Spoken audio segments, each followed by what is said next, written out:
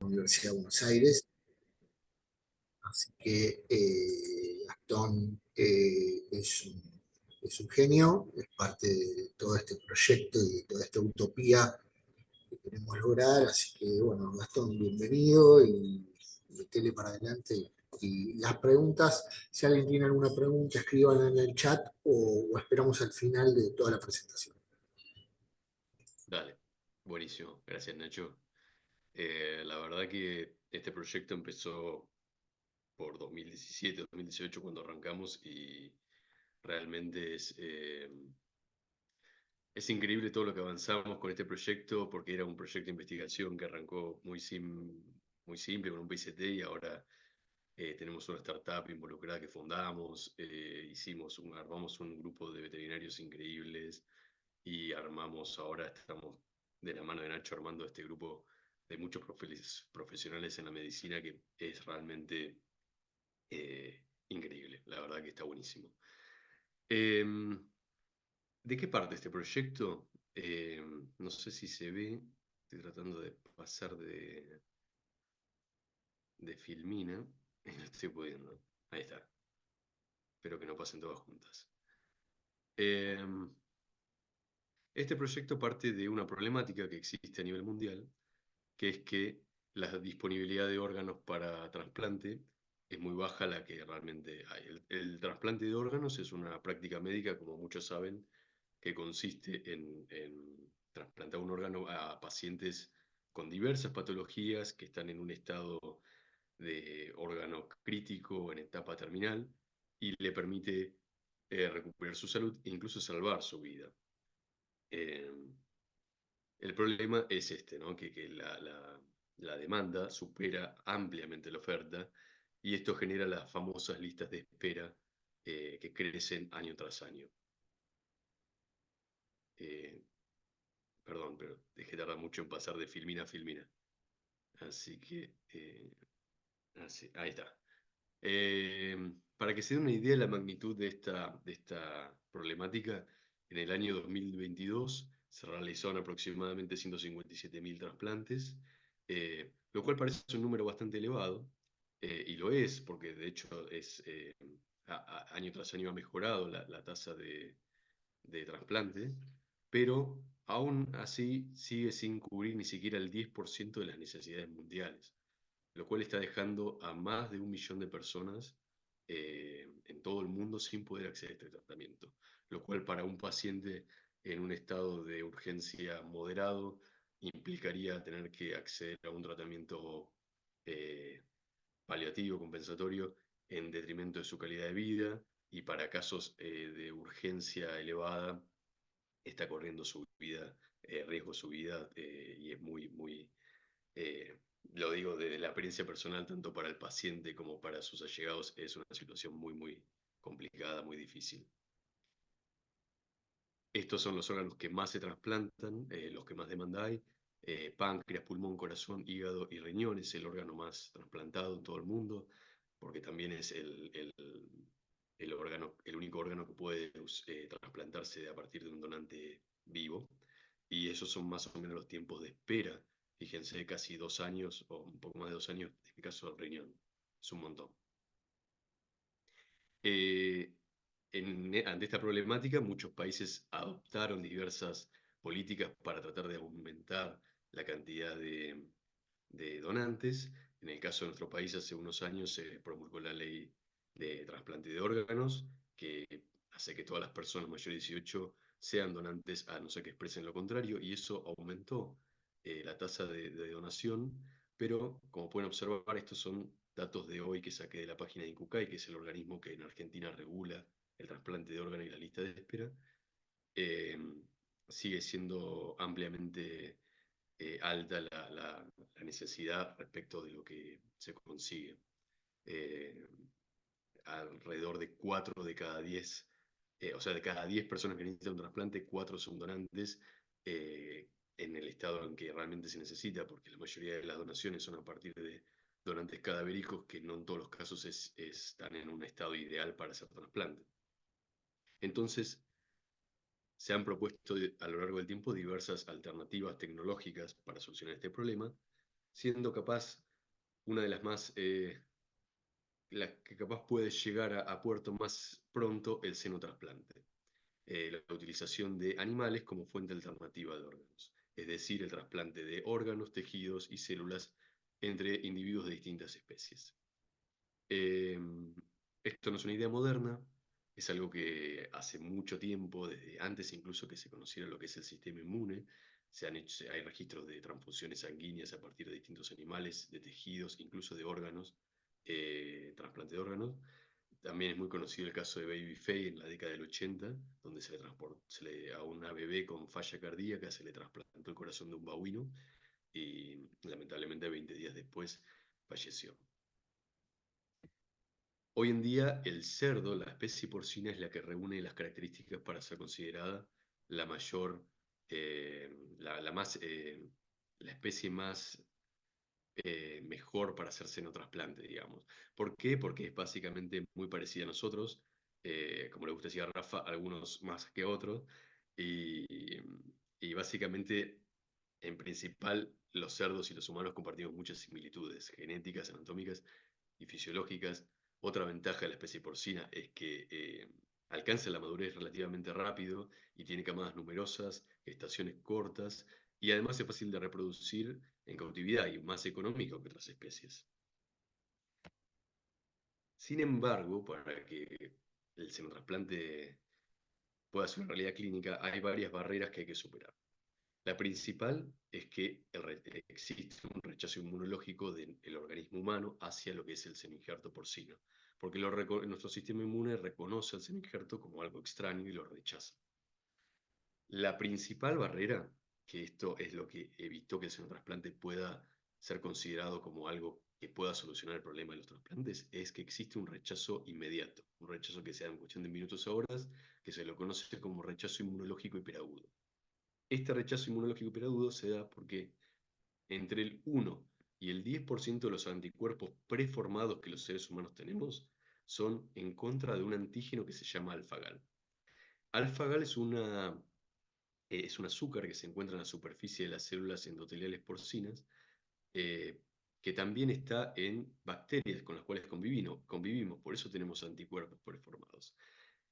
Si hiciéramos un xenotrasplante a una persona, eh, los anticuerpos se unirían al alfagal, activarían el sistema del complemento, la formación del complejo de activación de membrana, lo cual llevaría a la lisis de las células y la destrucción de la vasculatura y el rechazo y muerte del órgano en cuestión de minutos. Si nosotros pudiéramos superar esta primer gran barrera, que es el rechazo hiperagudo, se dan una serie de rechazos más tardíos del seno injerto en cuestión de días a semanas. Consisten en tres principales perspectivas. Por un lado, lo que es el rechazo humoral del seno injerto, que consiste en otros anticuerpos preexistentes que tenemos los seres humanos contra otros azúcares, otros antígenos que no son alfagal, como el ácido neuramínico y SDA, que también están presentes en la superficie de las células porcinas endoteliales. Por otro lado, también se da el rechazo celular del seno-injerto, ya que las células porcinas no tienen sus proteínas la capacidad de generar señales inhibitorias contra las células del sistema inmune, lo cual lleva a que se estimulen propiedades proinflamatorias y citotóxicas contra las células del seno-injerto. Y finalmente también se da una desregulación de la coagulación por el daño endotelial, el daño endotelial lleva a que se active el sistema de la cascada de coagulación y además se refuerza porque hay incompatibilidades moleculares entre entre las proteínas porcinas regulatorias de la coagulación y las proteínas humanas el sistema de coagulación humano.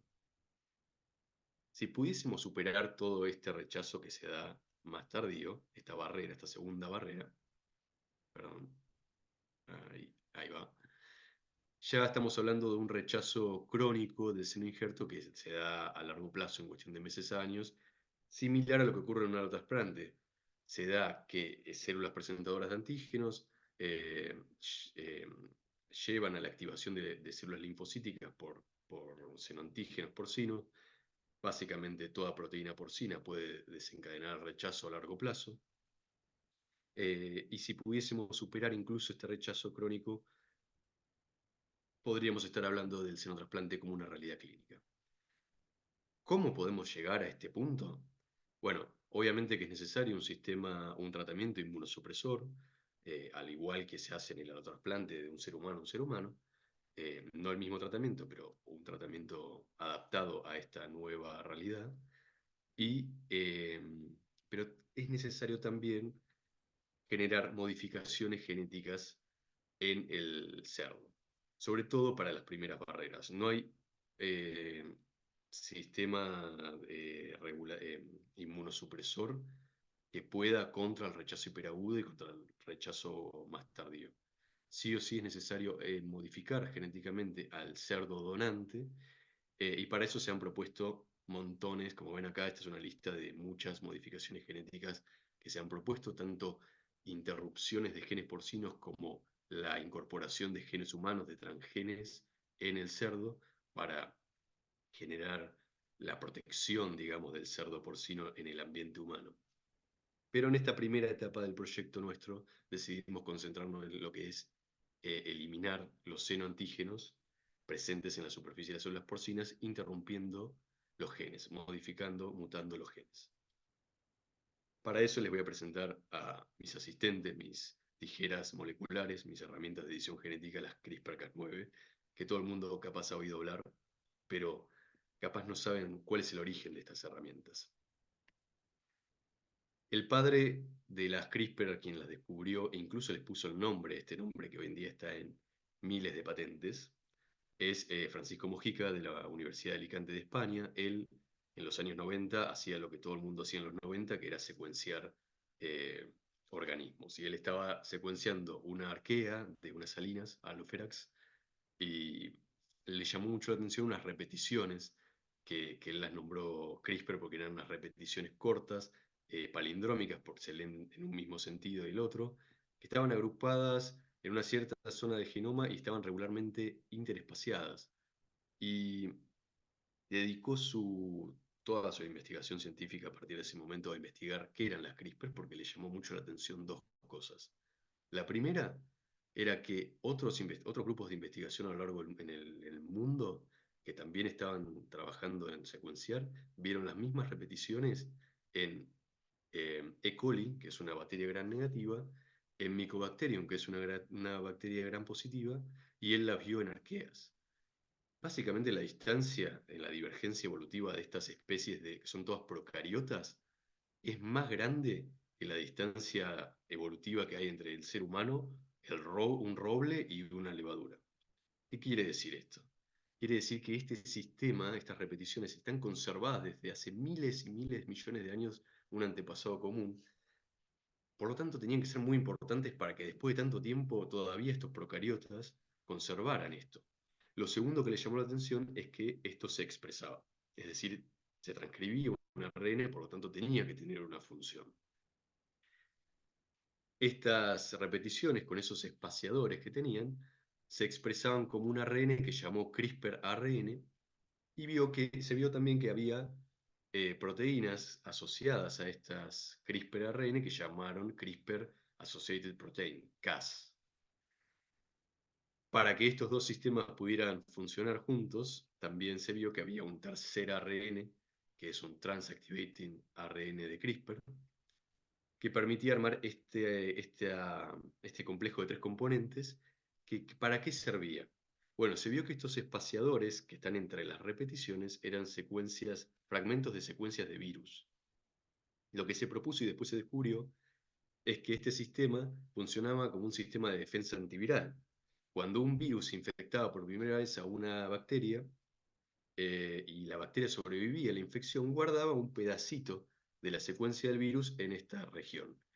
Y en una segunda infección del virus, este sistema se activaba, el sistema CRISPR, el que es un ARN, se unía por complementariedad de bases, o sea, la adenina con la timina, la guanina con la citosina, al ADN del virus, y la proteína Cas se vio que era una endonucleasa. ¿Qué es una endonucleasa? Es una proteína que corta ADN.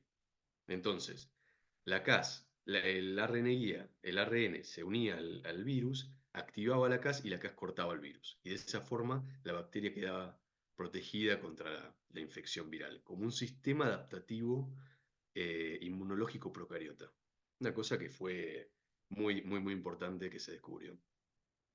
Pero dejando atrás la investigación básica, en el año 2012, que a Rafa, mi director, le gusta llamar el año cero de CRISPR, todo lo que es antes de 2012 es AC, que no es antes de Cristo, es antes de CRISPR, y todo lo que es después de 2012 es DC, después de CRISPR. Estas dos investigadoras muy importantes que ganaron el Premio Nobel de Química en 2020, que son Jennifer Doudna y Emmanuel Charpentier, en un artículo en Science propusieron que el sistema CRISPR podría usarse como edición de genomas de forma programa. Y además simplificaron el sistema de dos ARNs en un solo ARN que llamaron Single Guide RNA, entonces pasó a ser un sistema de dos componentes. El ARN guía, que va a guiar a la Cas9 endonucleasa a una secuencia a editar que uno desee. Básicamente la Cas se asocia al ARN guía, el ARN guía se va a unir a una secuencia target de 20 pares de bases. Eh, Aclaro que estamos hablando de un tipo de sistema CRISPR. Hay distintos tipos de Cas. Nosotros ahora, a partir de ahora voy a hablar de la Cas9 y específicamente de Streptococcus pyogenes, que es un tipo de bacteria, que es el que a partir de ese momento se empezó a usar prácticamente en todos lados. El ARN guía tiene 20 nucleótidos que se van a unir a 20 a 20 nucleótidos del ADN que uno quiere editar por complementariedad de bases. Esos 20 pares de bases tienen una secuencia PAM, tienen que tener una secuencia PAM que, bueno, no voy a entrar en detalle de eso porque me voy de tema, pero es necesario que haya una secuencia que sea cualquier nucleótido de 2G para que funcione el sistema, adyacente a los 20 pares de bases target. Y la Cas9 lo que va a hacer es cortar ese ADN. Va a generar un corte doble hebra en el ADN. Para una célula no es viable esto para nada y tiene que repararlo sea como sea para que sobreviva. El sistema más propenso a reparar un corte doble hebra es lo que se conoce como la unión de extremos no homólogos. Es decir, que la célula va a empezar a sacar y poner pares de bases para que coincidan y de alguna forma unir eso porque desesperadamente trata de reparar ese corte para no morir. Esas inserciones o deleciones de pares de bases que se conocen como indels pueden llevar a la interrupción de un gen si eso ocurre dentro de la secuencia codificante de un gen o al knockout de ese gen. Dejen que les muestre más o menos cómo sería eso. Acá arriba pueden ver una secuencia de ADN que codifica una secuencia aminosídica que es la de abajo. Si con CRISPR genera un corte y la célula lo repara eliminando esta timina, por ejemplo, la que está en rojo, genera un corrimiento de lo que es el marco de lectura. ¿Se acuerdan de los codones, que eran 3 pares de bases que reconocían los ribosomas para colocar un aminoácido específico? Se corre toda la lectura, cambia la secuencia de aminoácidos e incluso puede llegar a generar que se termine la secuencia aminosídica antes de lo que debería terminar. Eso puede generar una proteína que no es funcional y de esa forma estamos interrumpiendo, estamos eh, generando un knockout de una proteína, de un gen. Bueno, después, 6 meses después, estas dos investigadores, Feng Zhang del Broad del MIT y Hersh Char de Harvard, también publicaron de manera independiente su artículo donde también proponían a CRISPR como un sistema de edición genética y además adaptaban la endonucleasa Cas9 para que pudiera funcionar en genoma eucariota, y de hecho lo probaron en cultivos de líneas celulares de ratón y de humano, y eso llevó a que este grupo, el Broad del MIT y Charpentier y Doudna, estuvieran desde ese momento hasta el día de hoy peleando por quién tiene la patente de CRISPR. Lo que sí es una realidad es que a partir de 2012 esto generó una revolución totalmente en lo que es edición génica. Antes de 2012, había otros sistemas de edición génica, también algunos tenían endonucleasas específicas, pero todo era caro, muy difícil de conseguir células editadas y ni hablar un animal genéticamente modificado, era casi carísimo, imposible. CRISPR vino a ser revolucionario porque es un sistema simple, es un sistema económico, porque estamos hablando de una proteína y un ARN, lo cual lo democratizó para que hasta en el tercer mundo, como le dicen, se pueda aplicar y generar animales genéticamente modificados u otros organismos genéticamente modificados. E incluso es tan versátil la herramienta que se vio que puede editar más de un gen a la vez, lo cual es increíble. Entonces, volviendo a lo que nosotros tratamos de hacer es, si recuerdan, les conté del rechazo inmunológico hiperagudo, que se da por anticuerpos que reconocen alfagal, anticuerpos preformados, y alfagal es un azúcar que es sintetizado por la enzima alfa-galactosiltransferasa 1, que está codificada por el gen GGTA1 porcino. Además les conté que existen otros azúcares en las superficies de las células porcinas, como el ácido neuramínico y el SDA, que también tenemos anticuerpos preformados, y estos azúcares también son sintetizados por otras enzimas que tienen genes en el ADN porcino que las codifican, como CMH y beta-4-gal-NT2. Con CRISPR-Cas9 nosotros podríamos interrumpir estos genes, generar proteínas que no son funcionales y por lo tanto no pueden sintetizar esos azúcares, esos senoantígenos en las células porcinas. Y de esa forma poder evitar saltarse ese tipo de rechazo humoral. De hecho, eso se vio, por ejemplo, en este ensayo de inmunológico in vitro, donde se vio unión de anticuerpos humanos a células porcinas triple knockout, eh, y se vio que la unión de anticuerpos casi no había diferencia significativa con células humanas, lo cual comprueba la hipótesis del knockout de estos genes. Entonces, estos son nuestros targets. Para resumir, GGTA1, responsable del rechazo hiperagudo por sintetizar alfagal, CMH, beta-4-galNT2, y también vimos que beta-4-galNT2 estaba duplicado en el genoma porcino y por lo tanto, si ese gen es funcional, deberíamos también interrumpirlo. Por lo tanto, también fue incluido en nuestro target. Y además de todo esto, también nos propusimos interrumpir el gen del receptor de hormona de crecimiento. ¿Por qué? ¿Qué tiene que ver con todo lo que les vengo contando? Bueno, resulta que se observó en xenotrasplantes de cerdos a primates no humanos que al trasplantar el órgano, el corazón, también se vio en el riñón, el órgano porcino sigue creciendo post-trasplante. Crece de manera excesiva y eso es fisiológicamente incompatible. Sobre todo en la cavidad torácica, donde los espacios son limitados y el órgano continúa su crecimiento más allá de los límites, va a llevar a la falla del órgano y a la muerte del animal. Entonces, para solucionar eso, lo que se propuso y lo que se observó es que al interrumpir no la hormona de crecimiento, sino el gen del receptor de la hormona de crecimiento, el órgano se mantenía en un tamaño fisiológicamente apto para hacer senotrasplante. Así que también nos propusimos interrumpir este gen. Bueno, vayamos de lleno a lo que hicimos entonces. Para cada uno de los genes diseñamos una ARN guía. En el caso de beta-4-gal y su duplicado, diseñamos un mismo guía que coincida en las dos secuencias, todo sobre la secuencia codificante de cada uno de los genes, sobre los exones. Luego construimos las herramientas. Hay distintas formas de aplicar CRISPR. Podemos usar CRISPR como plásmidos, como ADN plasmídico, es decir, ADN circular, que tiene el gen de la Cas9 y una secuencia que expresa el ARN guía. Se puede usar CRISPR como ARN, el ARN guía como ARN y la Cas9 como un ARN mensajero. O lo que usamos nosotros, porque vimos que era más eficiente que usar ADN, usar CRISPR como un complejo ribonucleoproteico, es decir, el ARN guía y la Cas9 como proteína. La Cas9 la compramos, se vende comercialmente y los ARN guías, los 4 que diseñamos, cada uno para un gen, los sintetizamos in vitro. Y formamos el complejo muy fácil, mezclando Cas9 y mezclando el guía 10 minutos en un tubito y ya tenés el complejo CRISPR listo. Antes de aplicarlo, lo evaluamos también al sistema CRISPR, y evaluamos los guías a ver si funcionaban o no. Para eso lo que hicimos fue agarramos el gen porcino, amplificamos un segmento con primers por PCR, amplificamos un segmento que tiene un tamaño, por ejemplo, 400 pares de bases, y dentro de ese fragmento tiene los 20 pares de bases que son target de la ARN guía.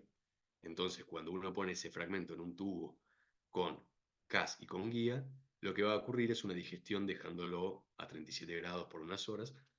Va a ocurrir una digestión, es decir, CRISPR va a cortar en donde reconozca la secuencia target y va a generar dos fragmentos de menor tamaño, más chiquitos, que eso lo podemos ver en un gel, en una corrida electroforética como esta, donde se ven dos fragmentos más chiquitos. Solamente cuando ponemos la CAS y el guía. La CAS sola, como en este caso en la segunda calle, no corta. Corta si está el sistema completo. De esta forma vimos que todos los guías funcionaban. Buenísimo, perfecto. Tenés el sistema, tenés los guías, viste que funcionan. Pero ¿cómo haces para tener un animal? ¿Cómo llegas a tener el animal genéticamente modificado? Bueno, no es tan simple como decir, acá tengo el chancho, toma, editame el chancho, modificámelo, hacerle las mutaciones. No, CRISPR es eficiente, pero no existe hoy en día una herramienta tan eficiente como para agarrar un organismo que ya está, que ya nació, que ya creció y modificarlo completamente. No existe todavía. Para eso tenemos que remontarnos a, como le gusta decir a Olinda Brisky, la otra coautora del paper que publicamos, al inicio de la vida, que es cuando el animal todavía es una sola célula, es decir, un cigoto, el resultado de la fecundación de un ovocito maduro y un espermatozoide. Esta es una imagen de un cigoto representativa. Los que saben del tema, los embriones porcinos son más feos porque tienen vesículas y se ven muy oscuros. Eh, entonces, hay que editar el cigoto. Perfecto. Ese fue nuestro objetivo. ¿En qué momento aplicamos CRISPR? Bueno, lo que nosotros tratamos de comparar fueron tres metodologías de obtención de embriones en las cuales CRISPR se aplica en distintos momentos. Por un lado, aplicar CRISPR antes de la fecundación, es decir, aplicando CRISPR en los ovocitos maduros, y luego hacerles una fertilización in vitro. En segundo lugar, aplicar CRISPR durante la fertilización, que esto fue el eje troncal de la tesis de Olinda, que fue aplicar CRISPR junto con la inyección intracitoplasmática del espermatozoide. Microinyectar CRISPR y el espermatozoide a la vez al ovocito. Y finalmente aplicar CRISPR una vez ya realizada la fecundación, y para eso lo que usamos fueron cigotos que fueron fecundados in vivo dentro del animal. Entonces, ¿de dónde sacamos nosotros los ovocitos maduros para ICSI y para FIV o los cigotos ya fecundados in vivo? En el caso de los ovocitos, lo que hicimos fue recolectar estos ovocitos que los recolectamos de ovarios que nos mandan de matadero y los maduramos in vitro. De frigorífico toda la semana nos llegan ovarios y esos ovarios lo que hacemos es punzar los folículos que tienen los complejos cúmulos ovocitos, es decir, ovocito inmaduro con células del cúmulo todas compactadas, y las ponemos a madurar in vitro en una incubadora, que son estos dos aparatos que ven acá, que tienen una cierta atmósfera con gases, es una cierta temperatura, y se ponen en un medio de maduración específico por 44 horas, hasta que esos ovocitos ya están maduros y se observan así con las células del cúmulo expandidas. Le sacamos las células del cúmulo y pasamos a la siguiente etapa. Pero antes, también, ¿de dónde sacamos los cigotos in vivo? Bueno, para eso lo que hacemos es usar hembras donantes, donantes de embriones, que son superovuladas para que den muchos embriones, y se las insemina artificialmente. Y al día se mandan a frigorífico y nosotros al día siguiente vamos a buscar los embriones.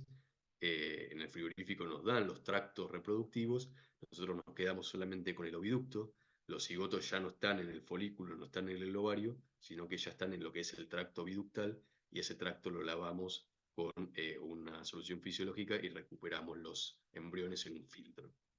A ver si puedo pasar a la siguiente. Acá este es un videito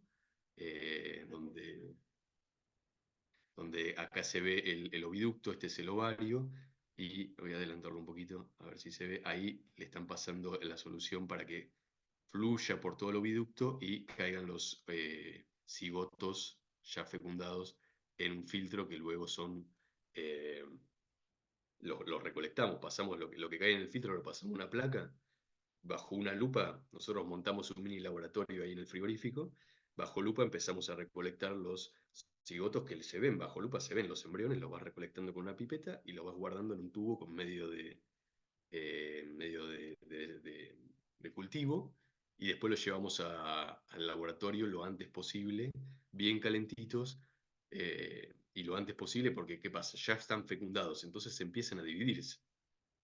Eh, entonces tratamos de microinyectarlos. Bueno, ahora lo que sigue es la microinyección del sistema CRISPR-Cas9. Tratamos de hacerlo lo antes posible antes de que empiecen a dividirse. La microinyección del sistema CRISPR lo hacemos con lo que es un microinyector, que es esto que ven acá. Esto es como una especie de joystick donde uno lleva los movimientos macro a unos bracitos que son estos que están acá, todo acoplado a un microscopio invertido. Y estos brazos llevan los movimientos macro a movimientos micro, eh, que se realizan con dos pipetas en una gotita. Y lo que ves es, a ver si puedo pasar, esto. Este es un embrión. Esta que está al costado, que es una de las pipetas más gruesas, es la que llamamos holding, que aspira, y de esa forma uno más sostiene al embrión. Y con la otra pipeta, que es más finita y más puntiaguda, uno le inyecta, le microinyecta el sistema CRISPR. Acá es una ICSI, lo que ven acá apuntado una flecha es un espermatozoide, la cabeza es un espermatozoide, y todo lo que está transparente es el medio con el que se microinyecta, que tiene el complejo CRISPR-Cas9. Está ahí, no se ve porque es muy chiquitito, pero está ahí las tijeras moleculares junto con el espermatozoide. Y acá en este video se ve cómo se hace la microinyección. Se, ahí se microinyecta, se aspira un poquito y metes todo para adentro. Y listo. Y ya ahí estamos metiendo el sistema CRISPR y el espermatozoide, o sea, estamos fecundando a la vez. En el caso de los ovocitos, en vez de poner espermatozoides, simplemente microinyectamos el sistema CRISPR. Eh, Luego hacemos la fecundación in vitro.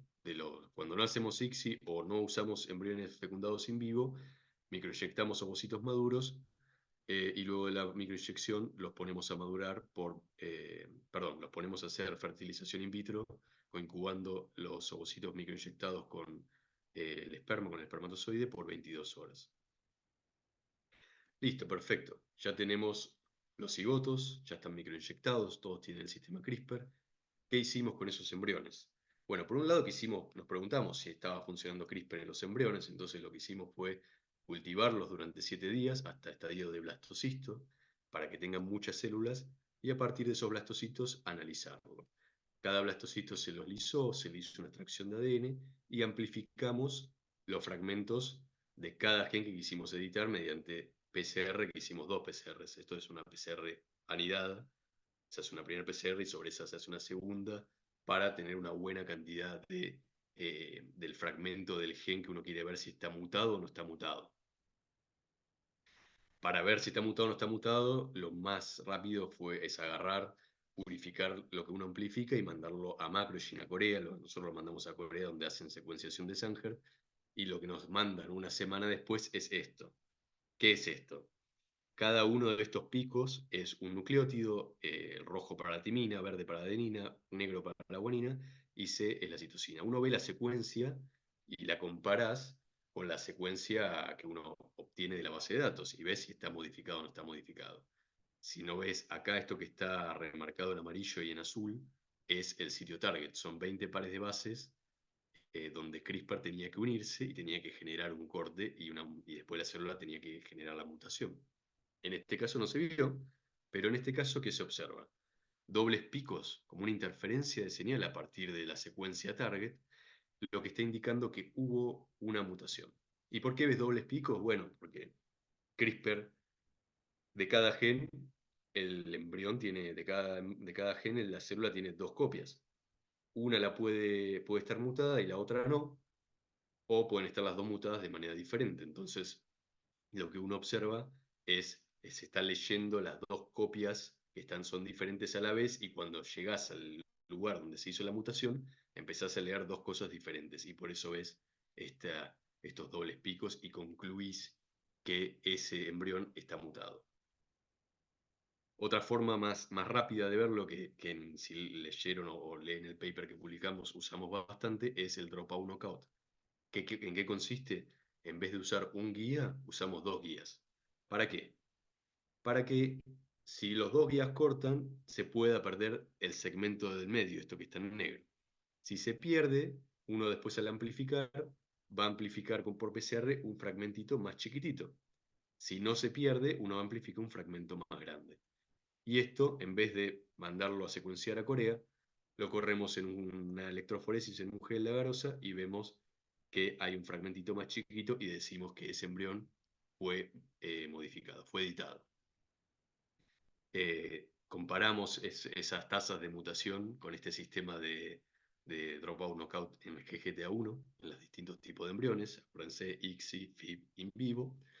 Lo que vimos fue que ICSI tenía una muy buena tasa de mutación, incluso significativamente superior a los in vivo, y además vimos que ICSI tenía mayor número respecto a las otras dos metodologías de embriones que solo tenían alelos mutados. Y lo vimos porque no había el fragmento más grande, solo veíamos los fragmentos más chicos. Entonces te está hablando de que no solo edita mejor, sino que edita de manera más homogénea, si se quiere. Bueno, en fin, buenísimo. Tenemos las herramientas, vimos que funcionan in vitro, vimos que funcionan en embriones, pero ¿cómo hacemos para tener el animal? Todavía no les digo. Bueno, para tener el animal lo que hay que hacer es agarrar esos embriones y transferirlos. ¿En qué momento? Después de haberlos microinyectado, después de dejarlos en la incubadora, lo que hacemos es al día siguiente, que ya están así en un estadio de división, empiezan a dividirse, como ven, transferirlos a una hembra receptora. Luego de la microinyección, cultivamos una noche y al día siguiente preparamos hembras que tienen que estar hormonalmente sincronizadas, tienen que estar hormonalmente listas para recibir esos embriones. Eh, y los transferimos de manera quirúrgica. Perdón si hay algún sensible por no haber avisado, pero básicamente este es el grupo de veterinarios. Acá estamos haciendo una transferencia a una de las cerdas, se duerme la chancha, se abre el animal y exponemos lo que es el tracto biductal para meter los cigotos. Acá está haciendo Oli, acá se ve que está metiendo la aguja por el oviducto para meter los cigotos que ya están eh, con el sistema CRISPR, ya podrían estar o no mutados. Y luego, una vez realizada la transferencia quirúrgica, se evaluaron las hembras receptoras mediante ultrasonografía, ¿no? Haciendo un diagnóstico de preñez a distintos días. ¿Y qué fue lo que observamos? Bueno, en el caso de los embriones obtenidos por ICSI, se transfirieron 6 hembras, más o menos entre 80 y 100 embriones por hembra, y observamos que 3 de esas hembras mantuvieron la preñez hasta bastante tiempo, hasta más de 70 días, pero lamentablemente ninguna llegó a término, tampoco vimos aborto, entonces terminamos pensando que se trató de una reabsorción embrionaria. En el caso de los embriones obtenidos por fertilización in vitro, también hicimos 6 transferencias, 100 a 150 embriones por receptora. 5 vimos preñez a día 28, pero lamentablemente luego no se registró más preñez y en 3 casos observamos expulsión de embriones. Algunos de esos embriones los pudimos recolectar, 3 los pudimos analizar y pudimos ver que esos embriones estaban con mutaciones en el gen GGTA1. Bueno, de los embriones obtenidos por fertilización in vitro, hicimos 5 transferencias, 50-70 embriones por receptora. Una quedó preñada y dio a luz a estos 5 chanchitos que ven acá, que nosotros no nos dimos cuenta, estábamos haciendo transferencias así sin pensar, que en los tiempos de nacimiento, y resulta que uno lo sabe, el tiempo de preñez de un chancho es 3 meses, 3 semanas y 3 días aproximadamente, y cuando hicimos la transferencia en septiembre nos dimos cuenta que el nacimiento iba a caer en las fiestas de 2022, y estos chanchitos nacieron el 1 de enero de 2023. Y los veterinarios, unos genios, así con el champán en mano, fueron a asistir el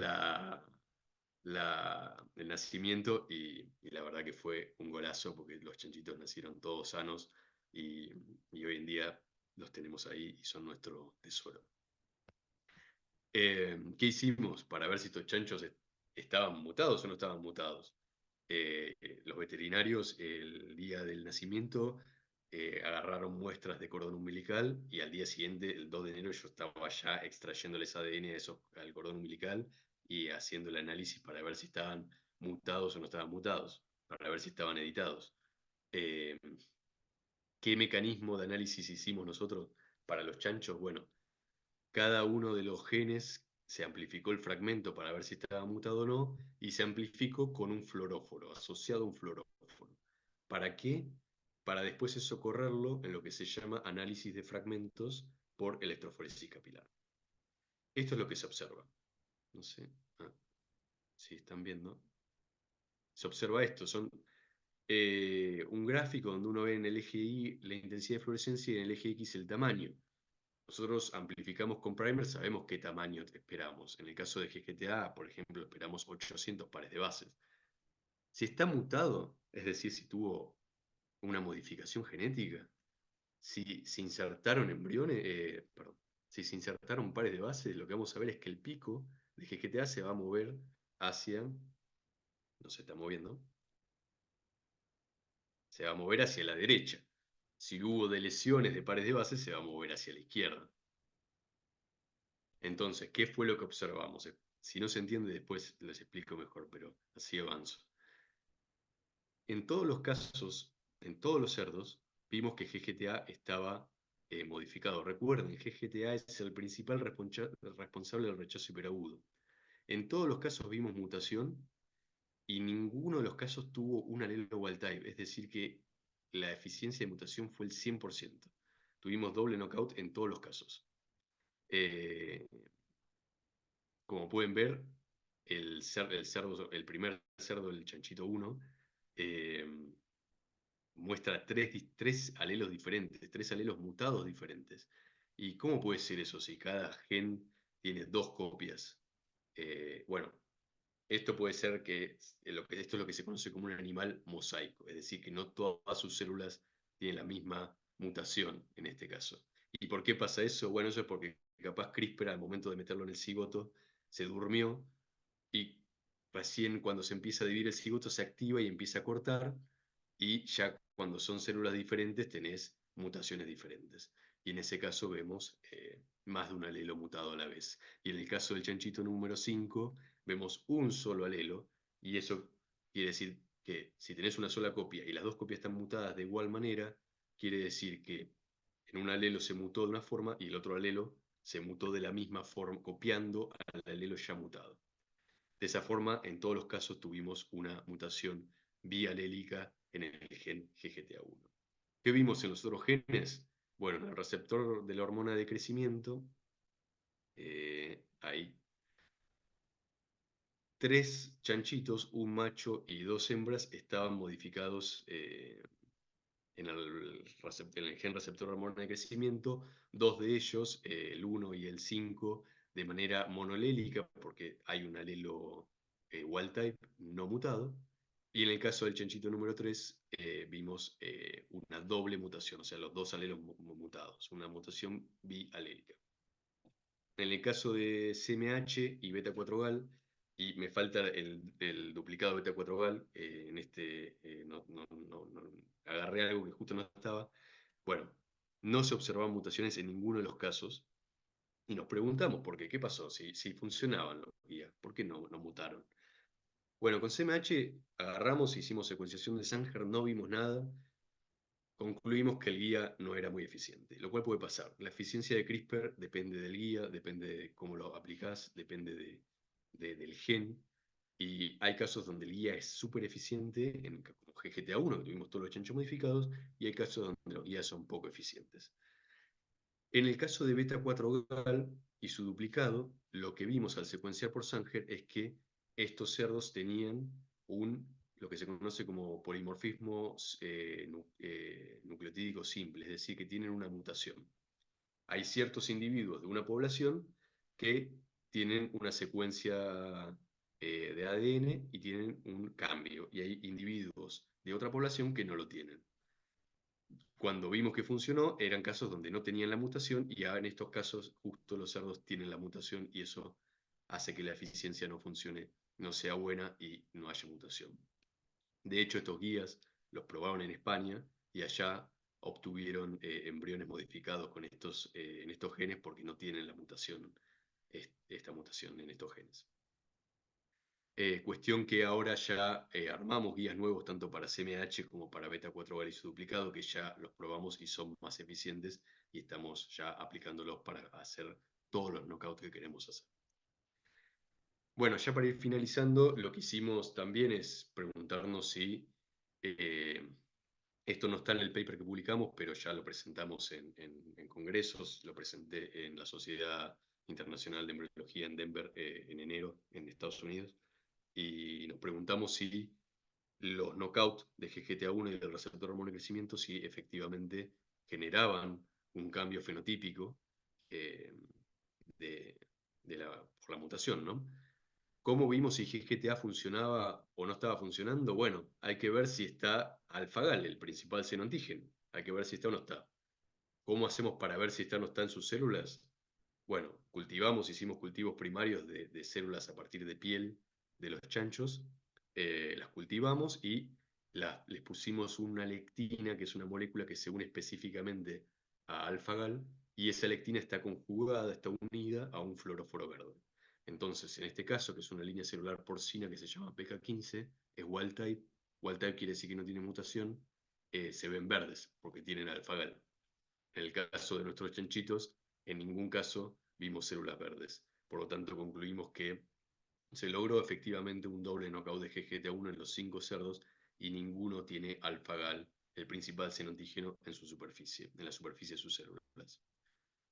En el caso del receptor de hormona de crecimiento, para ver si la mutación generó un cambio o no, comparamos tamaños.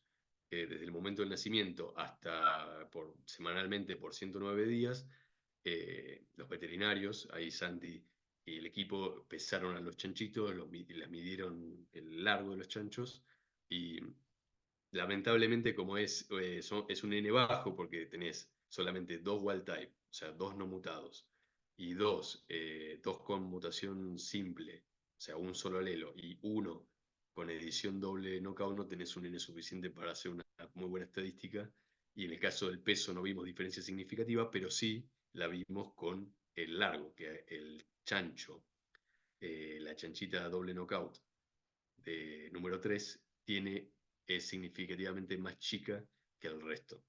De hecho, hoy en día, si la ven, se la ve a simple vista que es más chiquita que los demás. Y por eso la bautizamos como Leonela, en honor a nuestro capitán de la selección argentina, Lionel Messi, porque él también era y es chiquito. Bueno, ya para ir cerrando, esta filmina la metí hace 5 minutos porque, mira, digo, capaz hay alguien que no sabe en qué estado está el senotrasplante hoy en día. Eh, Se han realizado ya 3 senotrasplantes a pacientes de órganos completos. No estamos hablando de que ya se está aplicando clínicamente. Estos son casos que se llama tratamiento compasivo.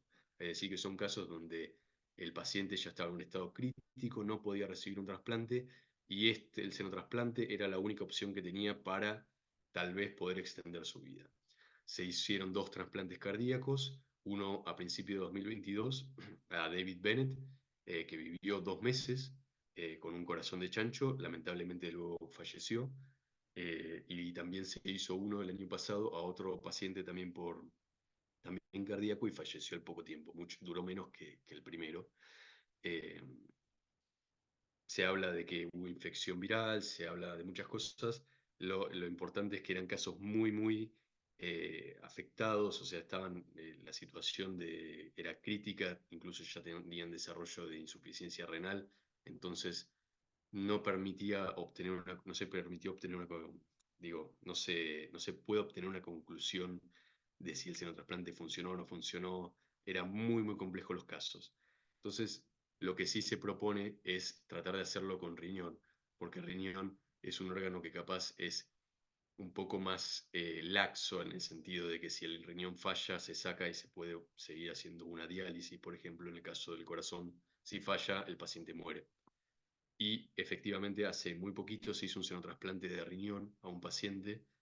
Todos fueron realizados por el mismo grupo, por Xenotherapeutics, que tienen cerdos con varias modificaciones genéticas, no solo los knockout que tenemos nosotros, sino genes humanos expresándose en esos cerdos. Y este paciente con riñón de cerdo ya fue dado de alta, lo cual parece ciencia ficción, pero no lo es. El tipo se fue a la casa con un riñón de cerdo funcionando en su cuerpo. Es increíble. Hace años eso era algo que era imposible y hoy en día es una realidad. Así que, para concluir, nosotros pudimos generar los primeros cerdos editados con CRISPR-Cas9 para hacer un trasplante en lo que es la región, en Latinoamérica. Los 5 cerdos no tienen alfa-gal, que es el principal xenoantígeno. Por eso ahora estamos con Nacho con la idea de poder hacer este ensayo de perfusión ex vivo de un riñón para ver si efectivamente pudimos saltearnos, pudimos traspasar la barrera del rechazo hiperagudo, lo cual sería un golazo. Bueno, además los cerdos, tenemos 3 que están editados en el receptor de la hormona de crecimiento. Tenemos las herramientas para más eficientes, las guías más eficientes para los otros genes que quisimos noquear, y ya estamos trabajando en aplicarlo y tener cerdos con todos los knockout. Y también estamos desarrollando las herramientas y las métodos para poder incorporar genes humanos, hacer lo que se llama knocking de genes humanos, transgenes, eh, en los cerdos, para que estos genes humanos puedan generar un ambiente inmunotolerante y protector para el senoinjerto dentro del organismo humano. Cabe aclarar que los cerdos que tenemos ahora son cerdos que se los dice editados genéticamente y no son organismos genéticamente modificados. Acá en el país Conavia hace esa distinción, por lo tanto los cerdos nuestros no tienen un ADN foráneo, son cerdos que tienen una mutación, que sí, la inducimos, pero es una mutación en un gen del cerdo, que se podría obtener, probabilísticamente difícil, pero se podría obtener de la naturaleza, sí. Por lo tanto, son animales que no son regulados. Cuando tengamos los animales con los genes humanos, ya van a ser organismos genéticamente modificados, van a tener transgenes y por lo tanto tenemos que tenerlos en ciertas instalaciones porque van a ser animales regulados. Eh, por otro lado, estamos también cruzando los cerdos fundadores, estos cerdos modificados que tuvimos, y no sé si alguno, ya les doy la primicia, pero tenemos preñez de 2 cerdos que cruzamos y ya estamos esperando la siguiente generación para empezar a trabajar en hacer ensayos inmunológicos e incluso desarrollar algún parche de piel para trasplante a pacientes con quemaduras. Eh, Hoy en día existe una patente que es Xenoskin, también de Xenotherapeutics, que consiste en parches de piel de cerdo para casos que necesiten piel en pacientes quemados. Y, y si me preguntas qué modificaciones hacen falta para eso, bueno, solo necesita el knockout de GGTA1. Por lo tanto, ya podemos empezar a trabajar en esos parches de piel y empezar a hacer ensayos para ver si podemos hacer alguna eh, aplicación clínica de piel en un futuro antes de poder desembarcar en lo que es el senotrasplante de órganos enteros que necesita más modificaciones genéticas. Y además estamos trabajando, buscando información todo para poder armar un bioterio que tenga condiciones específicas para criar a los cerdos genéticamente editados, que sean libres de patógenos para poder aplicarlos de manera clínica. Aunque hoy en día los cerdos que se han usado, nos llegó la noticia de que no están en condiciones libres de patógenos, sí se les hace un chequeo para que no tengan ciertos patógenos, no los tengan, pero esas instalaciones hoy en día al parecer todavía no existen, entonces queremos construirlas y tener nuestros cerdos ahí. Bueno, creo que no me olvido de nada y abro el espacio para preguntas. Muchas gracias, Nacho, por el espacio. Esta es una foto de parte del equipo, veterinarios, biotecnólogos, biólogos, y esperamos sumar pronto muchos médicos a lo que es este proyecto tan, tan, tan grande. Muchas gracias, Gastón. La verdad que increíble lo que mostraste y la validación de todo lo que vienen haciendo a nivel genético, que parece, digamos, sobre todo para los cirujanos que somos concretos, parece que fuese un mundo, un misteriómetro importante, pero la verdad que, bueno, nos hiciste aprender un montón, trasladando tus conocimientos. Creo que estas cosas que se logran en nuestro país y que vos nos contaste es parte de la educación, digamos, que viene desde hace mucho tiempo con gente que se ve en la foto y que representa la educación que se viene dando a nivel público y me parece algo muy importante que un país como el nuestro, con todas las deficiencias que tiene, esté intentando dominar esta tecnología, porque independientemente de que no la dominemos del todo, ¿no? Si demostramos, como dijo Cooper, eh, demostramos que estamos en el camino y que podemos entender de lo que están haciendo desde un punto de vista mucho más técnico y más científico. Se me ocurrieron un montón de preguntas. Primero voy a abrir a la gente si tiene alguna pregunta para hacer. Si no se animan, escríbanla en el chat, pues viste que acá a veces están callados y no se animan porque esto es todo un tema nuevo, pero me parece fundamental la interacción con los médicos, o sea, independientemente de la especialidad, me parece que este nuevo mundo de poder combinar la experiencia clínica en seres humanos junto con el mundo de las ciencias básicas y las ciencias veterinarias va a permitir hacer un crecimiento del conocimiento en forma exponencial. Obviamente que es una sucesión de pasos muy grande, es un grupo de personas grande y cuando uno habla de personas habla de egos y problemas, pero lo que hay que buscar son soluciones como demostraste que están buscando ustedes. Así que no sé si alguien tiene alguna pregunta, si no voy a romper el hielo con algunas cosas.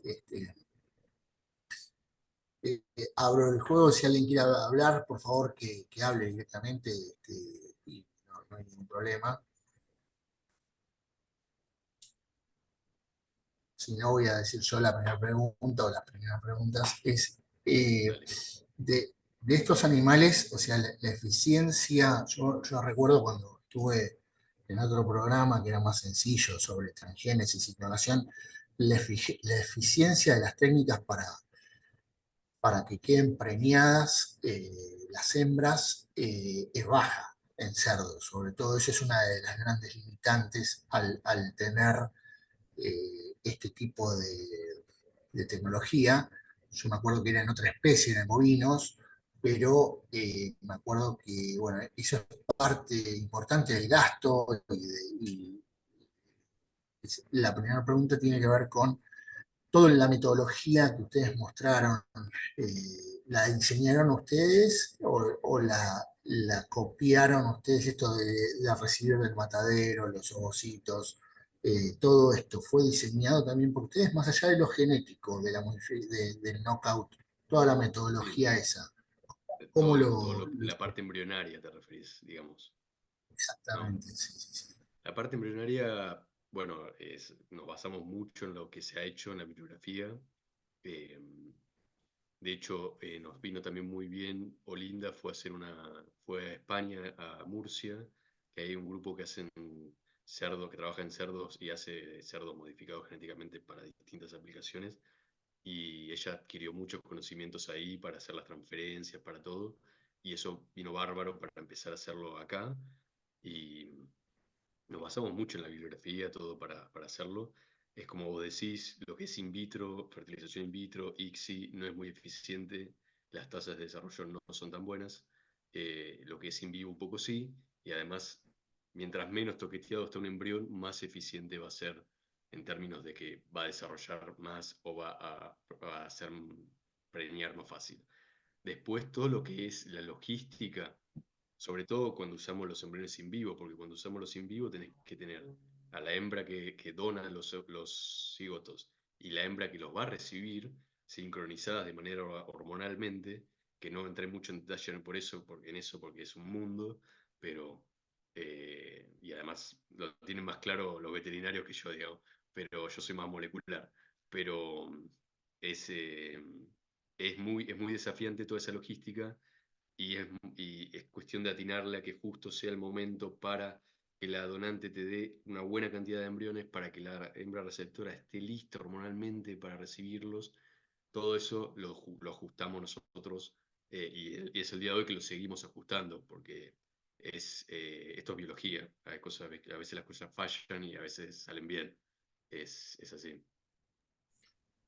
Y otra pregunta que tengo es, cuando vos mostrás, independientemente de la eficacia y la técnica, cuando vos mostrás los iniciadores que en algunos se expresaron y en otros no, como los genes que no pudieron hacer knockout, siempre intentaron en todos los embriones meter todos los iniciadores y hacer en todos al mismo tiempo CRISPR. O sea, tiene que ver algo, la interacción de querer hacer distintas modificaciones genéticas al mismo tiempo o no tiene nada que ver, son iniciadores totalmente diferentes y esta reprogramación, esta estimulación, porque el iniciador es el estímulo para que se active la endonucleasa y, Ujú. y, Iniciadores te referís como al guía, digamos, si probamos, exacto, lo al dijiste. día. Sí. Exacto, al día. ¿Ustedes lo hicieron siempre todo junto o hicieron por separado? ¿Vieron más eficiencia por separado? Porque capaz que hay una interacción cuando vos lo haces todo junto entre distintos eh, Exactamente como genes. decís vos, Nacho. Al principio los probamos todos por separados, vimos que funcionaban, listo. Con el tiempo fuimos, como íbamos avanzando en paralelo, digamos, lo que es la transferencia al mismo tiempo ver si funcionaban, qué tan bien funcionaban las cosas, eh, nos fuimos dando cuenta que capaz juntos no funcionaban todos. O había como estas modificaciones, estas mutaciones que no llegamos a ver a tiempo de beta 4 gal y el duplicado. Que en la base de datos no estaba esa mutación, si no, no hubiésemos diseñado ese guía. Fue algo que lo descubrimos haciendo esto, básicamente. Entonces lo que hicimos ahora sí, con los guías nuevos, decir, vamos a probar todo junto y vimos que todo junto funciona, perfecto. Así que ya estamos ahora sí con todas las armas, digamos, cargadas para tener el objetivo que queremos, que es el animal cuádruple knockout, digamos. El cerdo que nosotros vamos a usar para hacer el experimento de cruzar el tejido genéticamente modificado junto con sangre humana entera va a ser knockout para solo alfa 1,3 galactiltransferasa. Sería uno de estos cinco, uno de los dos machos que vos mostraste, ¿no? Sí, sí, sí, va a ser, si no me equivoco, es el macho número 2 que es el macho que es knockout para GGTA1 solamente. Sobre todo porque el primero es un mosaico y capaz un animal que vemos que no es mosaico sería como más, digamos, homogéneo y es knockout para GGTA1. O sea, no tiene Bien, alfagal, vimos que no tiene alfagal, así que esperamos que perfecto. no haya rechazo. Y rechazo Bien. inmediato, ¿no? Obviamente. Sí, sí, sí, sí. Bien. ¿Alguien tiene alguna otra pregunta? Perdóname que te hice esa otra pregunta. Desconozco el mundo de la No, biología negra, molecular, podés pero preguntar todo lo que digo, quieras. pero no sé si alguien quiere charlar o hacer alguna pregunta. eh, eh, Volver a entender, Gastón, no es que no tengan preguntas, pero sí es un tema No, nuevo no, y a mí obviamente. lo que me Incluso si es que alguien después todo, quiere escribirme, está mi mail en la primer filmina o Nacho se los puede pasar y podemos seguir charlando fuera de esta reunión. No hay drama. bien, uno de los objetivos de esta charla es que primero nos vayamos conociendo, sobre todo te vamos a conocer a vos en este caso, pero hay todo un desconocimiento, no solo tuyo, de tu persona, sino un desconocimiento sobre el tema también, y esto me interesa que la gente empiece a entender, a hacerse preguntas, no importa cuál. Otra pregunta que tengo es, esta tecnología que se escribió, viste que vos la escribiste desde el español, en un organismo procariota hasta que se utilizó en mamíferos. ¿Qué cantidad de años pasó y cuál fue la dificultad de pasar de un organismo procariota o una bacteria hasta una célula mamífera para poder editar el tiempo y cuál fue la dificultad para poder llegar? Bueno, la ciencia básica, que fue lo que hizo Mojica más que nada en España, de entender qué era el sistema CRISPR, fue algo que llevó mucho tiempo, desde los 90 en adelante, y ya para los años 2000, 2010 ya se tenía una idea bien clara de cómo funcionaba el sistema, pero eso era la ciencia básica. Fue algo que propusieron dos grupos diferentes de poder de aplicarlo para edición génica, y la dificultad, supongo que cuando uno adapta un sistema procariota a un sistema eucariota, es que, para empezar, el gen que codifica la Cas es diferente a, o sea, los codones que tienen el, que reconoce el ribosoma y va colocando los aminoácidos es diferente, estamos hablando de sistemas totalmente diferentes. Entonces había que hacer un ajuste de codones en el gen de la Cas para que la Cas pudiera expresarse en células de mamífero. Después hay todo un tema de que lo que es el ambiente del ADN de una eucariota está dentro de un núcleo, tiene ciertas partes más condensadas, ciertas partes menos descondensadas, muchísimas proteínas a las cuales el ADN está asociado, que en los procariotas en cierta forma es muy diferente, y a veces el CRISPR puede fallar porque no está diseñado, digamos, para funcionar en eucariotas. Entonces, capaz CMH, por ejemplo, esa guía que es un poco eficiente, no funciona porque ahí está en una región del ADN que no puede acceder CRISPR. Entonces hay que simplemente buscar otro guía que sea más eficiente. Pero básicamente eso. Bueno, mil gracias, Gastón. De nada. La verdad que muy, muy piola, muy, muy piola. Y la verdad que bueno, esto está arrancando, estamos armando el equipo de gente, esto va a llevar un tiempo, pero me parece que es muy interesante empezar a entender más en detalle lo que uno ve en la foto final que vos mostraste de los xenotrasplantes, que uno lo Mm. ve y parece ciencia ficción, como vos lo dijiste, pero hay toda una validación científica que no es ciencia ficción, es ciencia de verdad, con un método científico, con lo cual a veces se pueden obtener o no los resultados que uno prevé en la hipótesis, pero hay un método. Y esto es lo interesante, que creo que es la base del desconocimiento, es buscar estas soluciones y no sé si llamarlo verdades, pero sí buscar respuestas al desconocimiento que como nosotros como médicos y como cirujanos lo vemos, y esto hace que estemos más cerca de esta tecnología, independientemente de que estemos lejos del uso clínico todavía, podemos entender de otra manera estas cosas que en un país como la Argentina, con los altos rangos de problemas socioeconómicos que tenemos, esto se esté dando, no es menor. O sea, yo lo considero, son proyectos de alta velocidad intelectual y me parece que están muy buenos. Bueno, desde ya les mando un abrazo a todos. La presentación fue brillante, Gastón, te lo digo en serio. Bueno, muchas El gracias. doble, el doble cheese que mostraste, muchas cosas muy, muy piolas. Eh, Gracias. La Así verdad que que haber presentado, poder presentar esto es increíble, porque a veces uno está al día a día trabajando y no se percata de lo que hemos logrado, que es muy, muy grande. En parte por lo que dije, CRISPR de alguna forma democratizó la posibilidad de poder armar animales genéticamente modificados. En parte también porque tenemos un equipo de gente que quiere que esto llegue a buen puerto. También porque hubo gente que confió en nosotros y dijo: formemos una startup